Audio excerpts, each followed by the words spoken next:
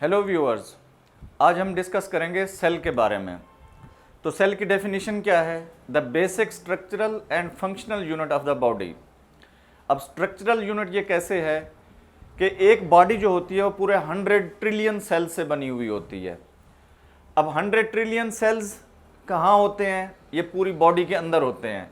अब जैसे ये मैंने थोड़े से बनाने की कोशिश की है, ये तो नेकेड आई से हम इनको देख सकते हैं, लेकिन सेल्स जो है वो नेकेड आई से नज़र नहीं आते, यानी आम सिंपल आई से आप उसको नहीं देख सकते, माइक्रोस्कोप से देख सकते हैं।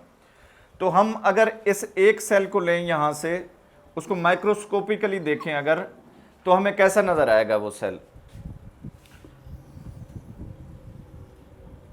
ये सेल मेम्ब्रेन हो गई, ठीक है। ये हमारे पास सेल के अंदर न्यूक्लियस हो गया, और ये सेल के अंदर न्यूक्लियस के अंदर न्यूक्लियोलस हो गया। ये हमारे पास क्या हो गई? सेल मेम्ब्रेन, ये साइटोप्लाज्म, ये क्या हो गया? न्यूक्लियस, और ये न्यूक्लियोलस। और इसके साथ फिर एक मेम्ब्रेनस से स्ट्रक्चर्स आ जाते हैं, ठीक है। इनके ऊपर क्या लगे होते हैं? राइबोसोम्स लगे होते हैं, जो कि इसको रफ अपीयरेंस दे रहे होते हैं। तो इस स्ट्रक्चर को हम क्या कहेंगे? Rough endoplasmic reticulum. और इसी तरह यहां पे पड़े होते हैं, ये भी एंडोप्लाज्मिक रेटिकुलम होते हैं, इनके ऊपर राइबोसोम्स नहीं होते, तो इनको हम कहेंगे स्मूथ एंडोप्लाज्मिक रेटिकुलम। यहां पे पड़े होते हैं मेम्ब्रेनस स्ट्रक्चर पड़ा होता है, इसको कहते हैं हम गाल्जी अपरेटस। और यहां पे माइटोकॉन्ड्रिया पड़े होते हैं, ठीक है। ये माइटोकॉन्ड्रिया हो गए हमारे पास। और इसी तरह वैक्यूल्स होते हैं, जिनके अंदर डिफरेंट एंजाइम्स भी हो सकते हैं या माइक्रोन्यूट्रिएंट्स भी हो सकते हैं। इसी तरह सेंट्रियोल्स पड़े होते हैं यहां पे, ये सेल डिवीजन में हेल्प आउट करते हैं। इसी तरह माइक्रोफिलामेंट्स होते हैं, जो कि सेल स्ट्रक्चर बनाते हैं, या सेंट्रियोल्स के इर्द गिर्द जब माइटोटिक सेल्स होते हैं, माइटोसिस जिनमें हो रही होती है, वहाँ पे वो फिलामेंट्स बनाते हैं, डिवीजन माइटोटिक फिलामेंट्स जिनको हम कहते हैं सेल डिवीजन के दौरान। तो ये बेसिक स्ट्रक्चर है सेल का। अब हम पहले शुरू करते हैं सेल मेम्ब्रेन से। अब सेल मेम्ब्रेन का हम इतना सा पोर्शन लेते हैं तो हमें क्या नजर आता है माइक्रोस्कोपिकली, डीप माइक्रोस्कोपिकली हम अगर इसको देखें तो। अच्छा, तो व्यूअर्स, जो हमने सेल मेम्ब्रेन का एक छोटा सा पार्ट लिया था, तो हम उसको अगर मैग्नीफाई करके देखें तो हमें कैसा नजर आएगा? सेल मेम्ब्रेन क्या है? बेसिकली लिपिड बाइलेयर है, एक लिपिड्स की डबल लेयर है एक, जिसके अंदर क्या होते हैं? हमारे फास्फोलिपिड्स होते हैं। लिपिड बाइलेयर है, उसके अंदर फास्फोलिपिड्स होते हैं। फास्फोलिपिड्स, तो ये क्या है हमारे पास? फास्फोलिपिड्स का हाइड्रोफिलिक पोर्शन है, ये हेड जो है उसके फास्फोलिपिड्स के। हाइड्रोफिलिक पोर्शन होने की वजह से ये फ्लूइड को फेस कर रहे होते हैं। ये हमारे पास कौन सा होता है? ECF, extra cellular fluid. और इसी तरह ये इंटीरियर ऑफ सेल होता है, जहां पे ये लिपिड बाइलेयर फेस कर रही होती है, ये भी हाइड्रोफिलिक होते हैं, तो ये साइटोप्लाज्म को फेस कर रहे होते हैं। अब ये जो दरमियान में जो पोर्शन हमारे पास आता है,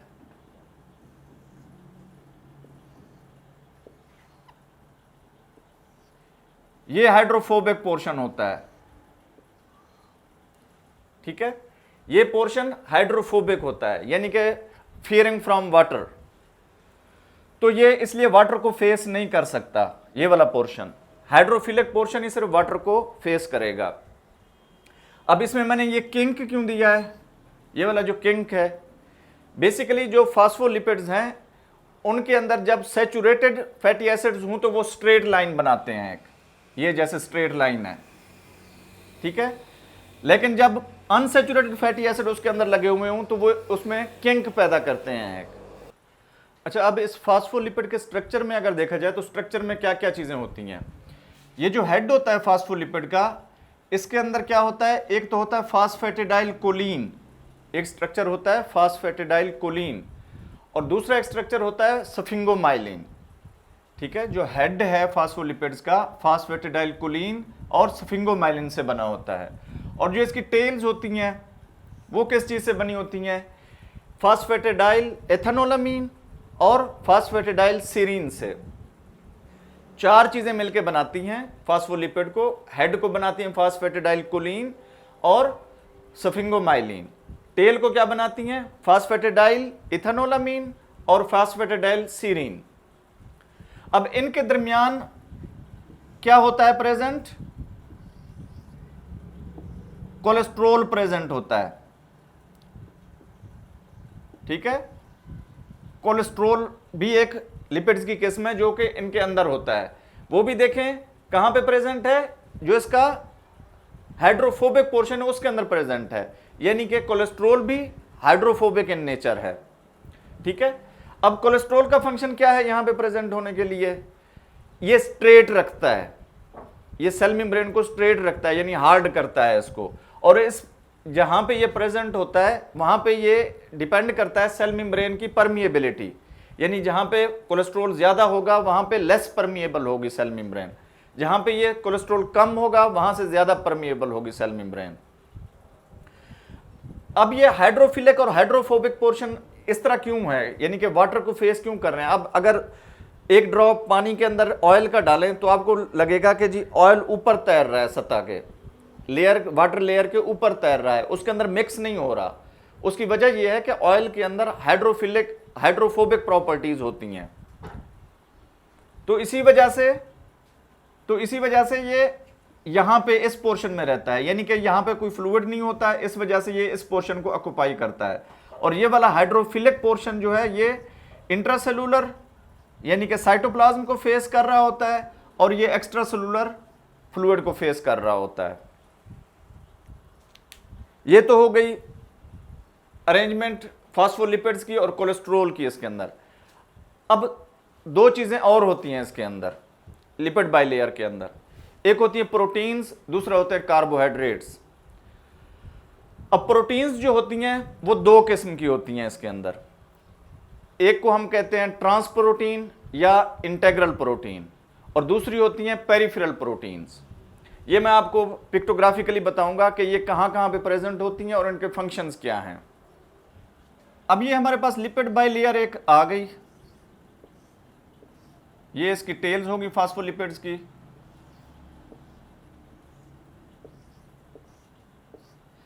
इसके साथ फिर एक प्रोटीन्स हमें नजर आती हैं जो कि ट्रांस प्रोटीन्स हम जिनको कहते हैं, या इंटेग्रल प्रोटीन। ठीक है, इसमें कुछ प्रोटीन्स होती हैं जो कि चैनल्स के तौर पे एक्ट करती हैं। फॉर एग्जांपल ये एक प्रोटीन का स्ट्रक्चर है इसके अंदर। ठीक है, ये इसके अंदर वाटर फील्ड चैनल होता है। अब इसका काम क्या है? अब ये बात माइंड में रखें कि ये पूरी सेल मेम्ब्रेन को क्रॉस कर रही होती है, यानी इतनी थिकनेस की अगर सेल मेम्ब्रेन है तो ये इसको क्रॉस कर रही होती है, यानी कि एक्स्ट्रासेलुलर फ्लूइड को भी फेस कर रही होती है और इंट्रासेलुलर फ्लूइड को भी फेस कर रही होती है। तो इसका फंक्शन क्या है? इसका फंक्शन ये है कि जो चीजें लिपिड बाइलेयर से इजीली ट्रांसफर नहीं हो सकती, फॉर एग्जांपल आयंस हो गए या यूरिया हो गया, तो वो लिपिड बाइलेयर को इजीली क्रॉस नहीं कर सकती। तो वो क्या होता है, वो इसके जरिए ट्रांसपोर्ट होती है उसकी, चाहे बाहर से आनी हो चाहे सेल के अंदर से बाहर जानी हो। तो इसको हम गेटेड, ओपन गेटेड प्रोटीन्स कहते हैं। ठीक है, इसके गेट्स ओपन रहते हैं और ये एक स्पेसिफिक चीजों को अंदर आने देती है या बाहर जाने देती है। इसके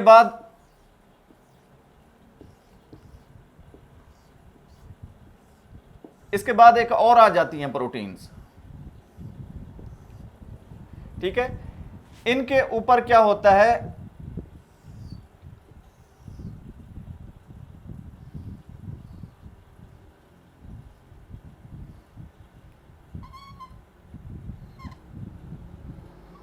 एक लॉक एंड की मेथड वाली चीज इसके ऊपर अमल करेगी। यानी कि फॉर एग्जांपल ये हमारे पास लॉक है, अगर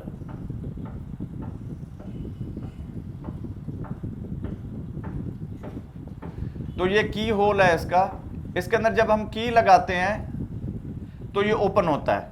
ठीक है, इसी तरह यहां पे कोई चीज जब आके कोई केमिकल या हार्मोन आके लगता है तो इसके अंदर का जो गेट होता है वो क्या होता है, ओपन हो जाता है, और वो फिर उस चीज को या तो अंदर आने देता है या फिर यहां से बाहर जाने देता है।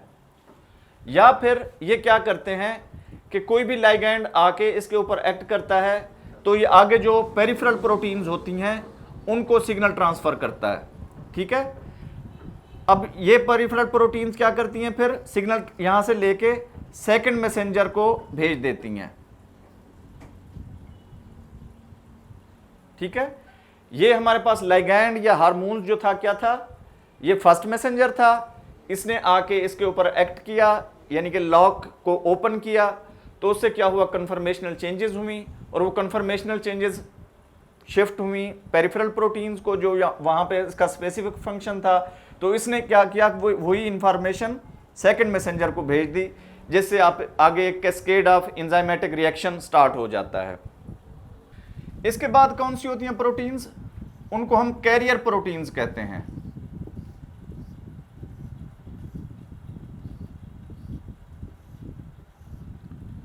कैरियर प्रोटीन्स हो गई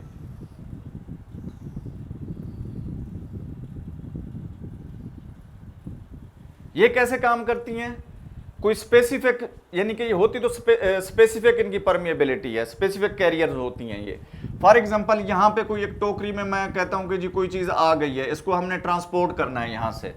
ठीक है, तो ये क्या करेगी, इसको पकड़ेगी यहां से और सेल के अंदर आके छोड़ देगी, फिर सेल के अंदर जो एंजाइम्स होंगे वो इसके साथ एक्ट करेंगे और इसको ब्रेक डाउन कर देंगे इसकी। इसी तरह या सेल के अंदर से कोई टोकरी किसी चीज की भी लेके बाहर चली जाएंगी। ठीक है, ये ट्रांसप्रोटीन्स हैं। अब ये तीनों प्रोटीन्स जो हैं ये सेल मेम्ब्रेन की पूरी थिकनेस को क्रॉस कर रही होती हैं। कीप इन माइंड कौन कौन सी थी, ओपन गेटेड चैनल्स होते हैं हमारे पास, उसके बाद लाइगेंड गेटेड होते हैं, उसके बाद कैरियर प्रोटीन्स होती हैं हमारे पास। ठीक है, ये सेल मेम्ब्रेन की पूरी थिकनेस को क्रॉस कर रही होती हैं। इसके बाद आ जाती हैं पेरिफेरल प्रोटीन्स। अब पेरिफेरल प्रोटीन्स का क्या होगा, ये यहां पे भी प्रेजेंट हो सकती हैं, यहां पे भी प्रेजेंट हो सकती हैं, लेकिन ये पूरी सेल मेम्ब्रेन की थिकनेस को क्रॉस नहीं कर रही होती। ठीक है, अब इनका फंक्शन क्या है, जो पेरिफेरल प्रोटीन्स हैं, अगर तो वो पड़ी हुई हैं साइटोप्लाज्म के अंदर, पेरिफेरल ना, दोनों पेरिफेरी पे पड़ी होंगी ना, साइटोप्लाज्म के अंदर भी एक सेल मेम्ब्रेन की पेरिफेरी हो जाती है और एक्स्ट्रा सेलुलर भी जो होता है वो भी पेरिफेरी हो जाती है, तो पेरिफेरल प्रोटीन इसलिए इनको कहते हैं। या तो ये इसी तरह सेकंड मैसेंजर यहां से सिग्नल लेके सेकंड मैसेंजर को शिफ्ट कर देंगी, इनका काम ये है, या फिर यहां पे पड़ी होंगी तो क्या करेंगी, सेल की जो स्ट्रक्चर है उसको मेंटेन करने में हेल्प आउट करेंगी।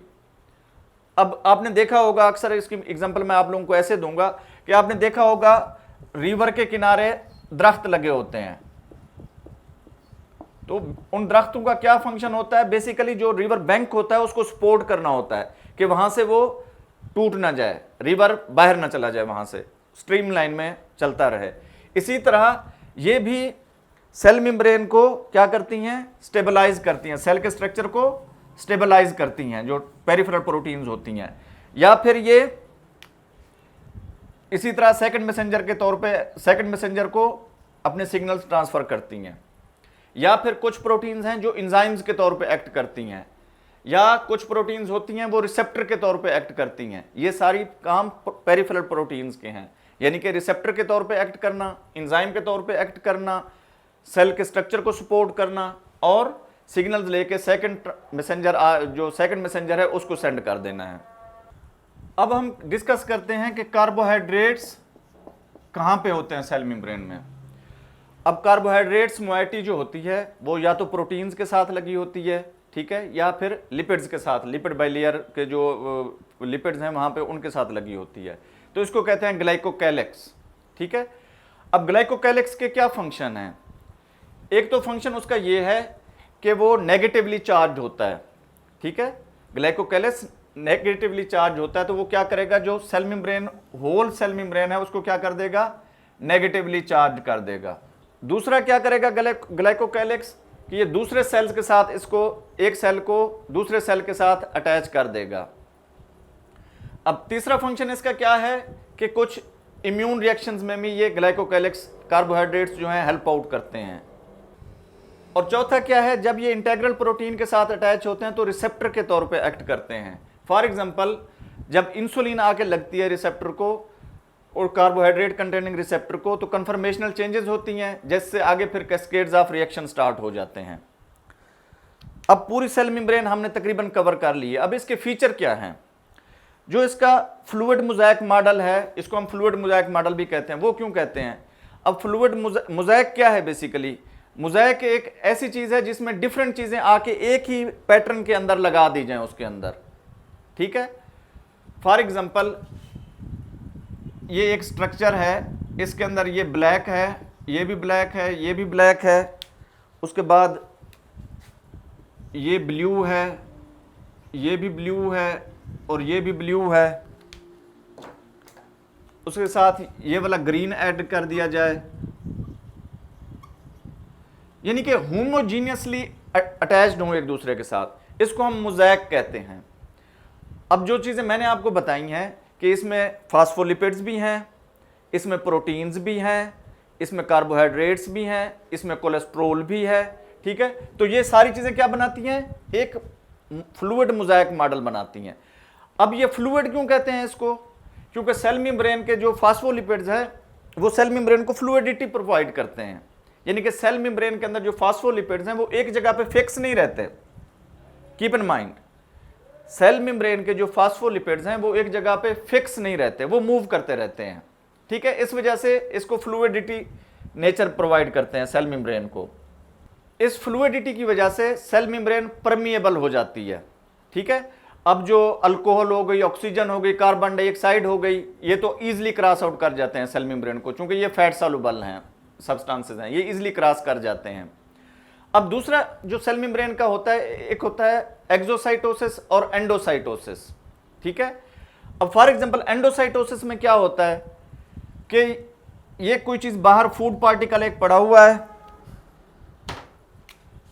एक फूड पार्टिकल बाहर पड़ा हुआ है, तो क्या करेगी सेल मेम्ब्रेन? इसके इर्द गिर्द जाके एक कैप बना देगी, ठीक है। क्या करेगी? एक कैप बना देगी। फिर थोड़ी देर बाद क्या होगा? ये फ्यूज हो जाएगी यहां पे सेल मेम्ब्रेन, और ये एक वेजिकल की सूरत में अंदर आ जाएगी चीज सेल के अंदर। फिर इसको एंजाइमेटिक एक्शन होगा तो उसको ब्रेक डाउन कर दिया जाएगा। इसी तरह एक्सोसाइटोसिस में भी ये फॉर एग्जांपल एंजाइमेटिक वेजिकल है, या जो प्रोटीन्स बनी हुई हैं सेल के अंदर जो बनती हैं, उसको ट्रांसपोर्ट हमने एक्सटीरियरली करना है, यानी कि सेल के बाहर भेजना है। तो इसी तरह ये भी आके इसके साथ जब लगेगा तो ये फिर इस तरह थोड़ा सा बाहर निकल जाएगी, सेल मेम्ब्रेन किंक अपना बना देगी, ये पूरी वेजिकल्स को बाहर ले जाके छोड़ देगी और फिर रिपेयर हो जाएगी यहाँ पे। ये परमिएबिलिटी है इसकी, ठीक है। एक होता है फैगोसाइटोसिस, ठीक है, एक होता है पाइनोसाइटोसिस। अब फैगोसाइटोसिस क्या है और पाइनोसाइटोसिस क्या है? फैगोसाइटोसिस में सॉलिड मटेरियल को जब सेल अंदर लेके जाता है तो उसको फैगोसाइटोसिस कहते हैं। और पाइनोसाइटोसिस क्या होता है? जब लिक्विड चीज को किसी को सेल अंदर लेके जाता है तो उसको पाइनोसाइटोसिस कहते हैं। ये सेल मेम्ब्रेन के कुछ फीचर्स हैं। अब ये जो डिफरेंट कॉन्स्टिट्यूएंट हैं सेल मेम्ब्रेन के, ये किस अमाउंट में प्रेजेंट होते हैं सेल के अंदर? जो प्रोटीन्स हैं वो ऑलमोस्ट 55% बनाती हैं सेल का, और जो हमारे फास्फोलिपिड्स हैं वो 25% बनाते हैं। कोलेस्ट्रोल जो है वो 13% बनाता है, और अदर लिपिड्स जो आ जाते हैं उसके अंदर वो बनाते हैं 4%, और कार्बोहाइड्रेट्स जो कि थोड़ी अमाउंट में प्रेजेंट होता है ये ऑलमोस्ट 3% बनाता है सेल मेम्ब्रेन का, या सेल के अंदर के जो स्ट्रक्चर्स हैं सारे। तो हम अगली वीडियो में डिस्कस करेंगे सेल ऑर्गेनेल्स तफसील में और उनके डिफरेंट फंक्शंस क्या हैं। होपफुली ये वीडियो आपको पसंद आई होगी। हमारे चैनल को लाइक और सब्सक्राइब जरूर करें। शुक्रिया।